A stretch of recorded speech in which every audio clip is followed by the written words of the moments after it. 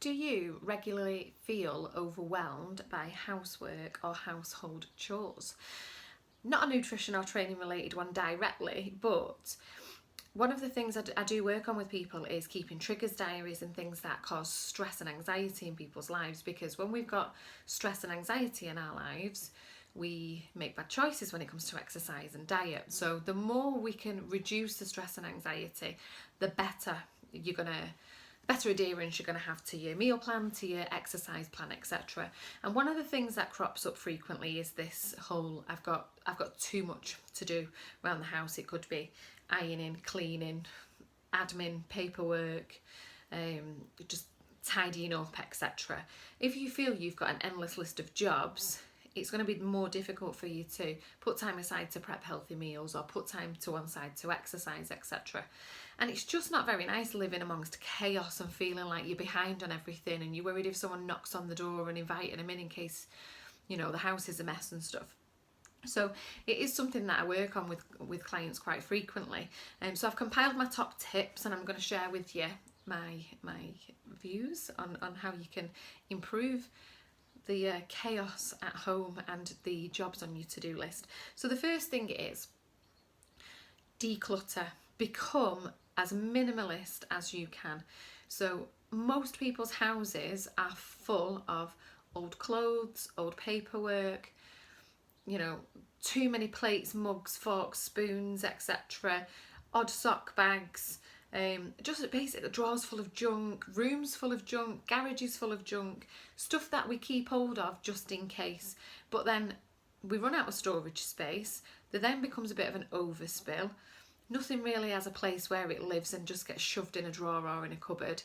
And that physical clutter that's in your environment causes mental clutter. And just knowing that it's there and knowing that there's some chaos behind a drawer front or behind a cupboard door, you'd be surprised at how much energy that takes up thinking about and, you know, tidying it away and stuff. So my first tip would be declutter. Live as minimalistic as you can. Decluttering tips would be, first of all, throw any duplicates, so any extras that you don't need.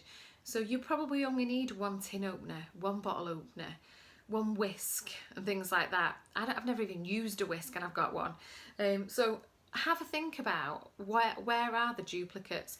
I know when I went through our kitchen cupboards, we had something like 16 dinner plates, and there's 4 of us that live here.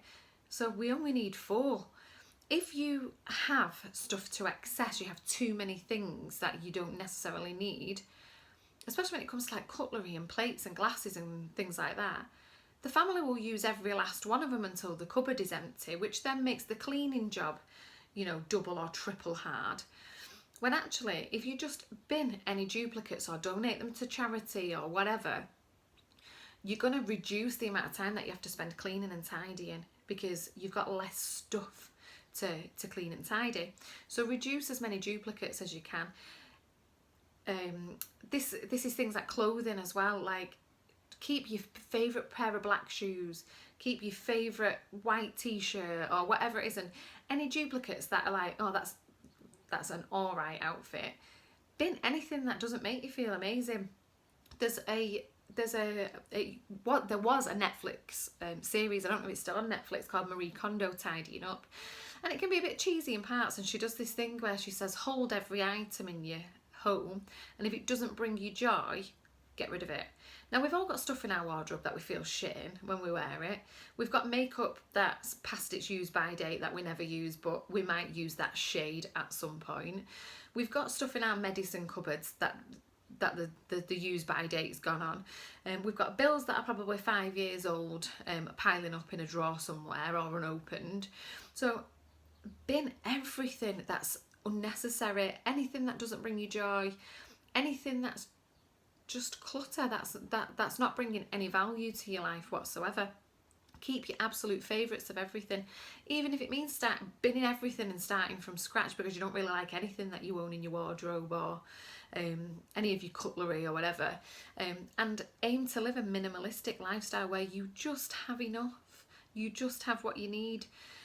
Don't feel obliged to keep stuff just because somebody bought it you. people will buy you things because it makes them feel better if they've bought you something. But then you feel obliged to keep that. So the kids, for example, they might go and see an auntie, an uncle, a grandparent or whatever, and they might come back with a toy that they never ever play with. Now, we're not going to force them to keep that toy forever just because somebody bought it them. We'd rather that go to charity or go to somebody else that is going to use it. So declutter everything that's not being used. Anything in your kitchen, anything in your cupboards, drawers, in your paperwork, anything over 6 months old, get rid of it.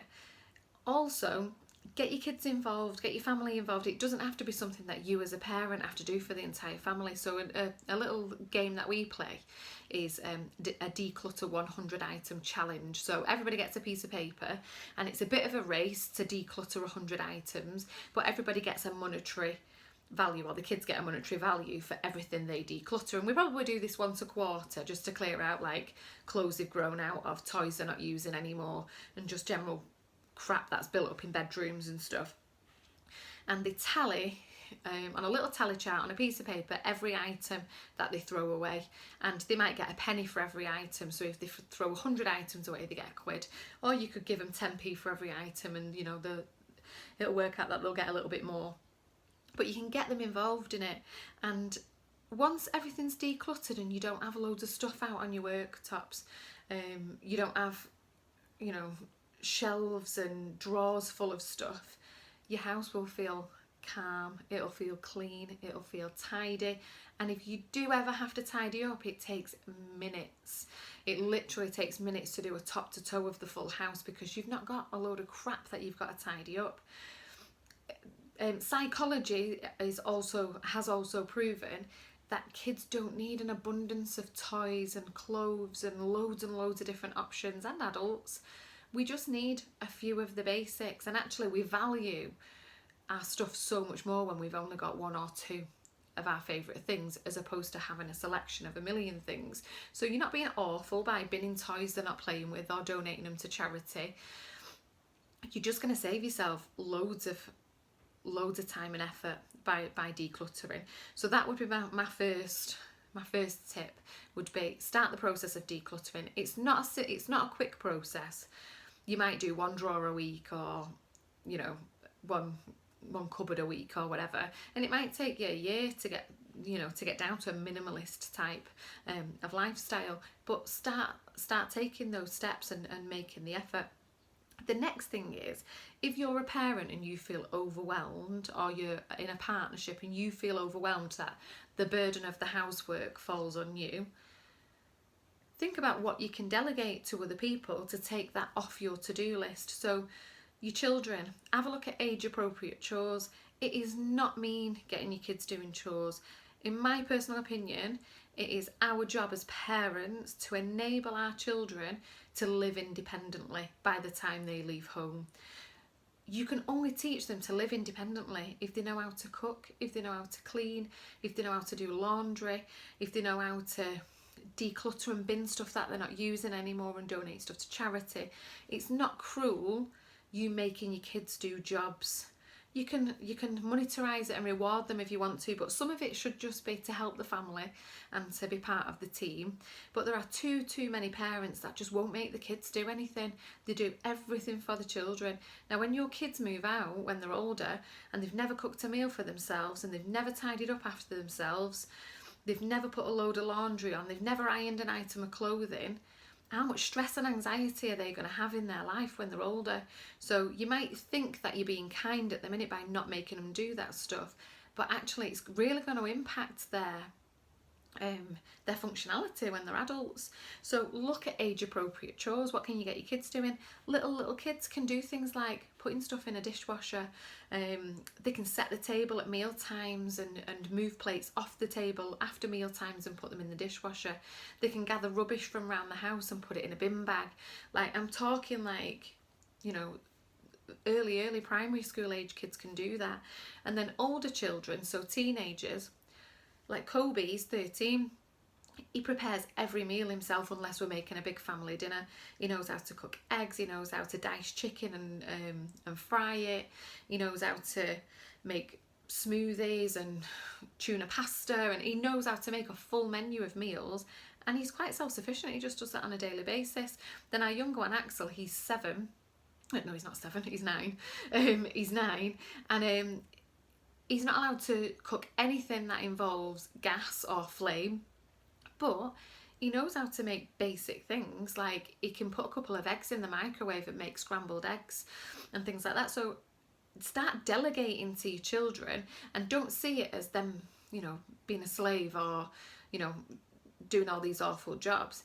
Teach it them as independent living skills, reward them for it, praise them for it. It does absolutely tons for their self-esteem. But also get them involved in the cleaning chores as well. So Axel can only do certain jobs, again, age appropriate jobs. So it might be go around the house and gather any rubbish with a bin bag. And for Kobe, because he's a little bit older, he might have jobs that are like, if he hoovers the living room and he gives the bathroom a scrub, he might get a £5 for it or whatever. But ask them what jobs they feel comfortable doing to help the family, and allocate them those jobs. Give them a day and a time where those jobs need to be done, or regular days and times when those jobs need to be done, and have a little schedule. Delegate to them. If your partner's not pulling their weight, make sure you get your partner involved. And don't be afraid to delegate some of the chores out and ask the people around you to help. As a family, you should be a team. You're only as good as your weakest member. So if you've got kids or a partner that are sat there doing absolutely nothing and it's all coming down to you, you've got to change it. You've got to lead that team, and you've got to tell them what you need, and hopefully they'll see that you're a much more chilled out person because they're helping and they're pulling the weight. So definitely delegate. One of the things that I've done, and it sounds a little bit OCD, but I've been through every room in the house and we've decluttered. I've then created a checklist of how to get that room to look immaculate, where everything lives, the order to clean things in, and there's a laminated checklist in each room. And then I might say, Kobe, do you fancy going through the cleaning checklist in the kitchen for me, and I'll give you a £5? And he's all over it. He'll be in there mopping, loading the dishwasher, unloading the dishwasher, sticking a load of laundry in and stuff like that, because there's a checklist, they can tick it off, knows exactly what he's doing. We also have a rule as a family that when you leave a room, try and reset the room so everything goes back to the place. So there's no going in and making a piece of toast and leaving breadcrumbs all over the side, or leaving your cups in the sink and things like that. The room has to be reset. Now you've got to have expectations that aren't too high with kids, but it does really help to remind them and say, have you reset the kitchen after you've cooked your tea? And they'll nip back in and have a little look. You might get a bit of resistance at first if you've never asked your kids to do chores, but if you don't start getting them involved, that burden is always going to fall to you, and you're always going to be stressed out of your mind, and you're probably doing the most work in your family to keep that family afloat. So the other jobs that don't need your particular skill, get other people involved, delegate, reward them.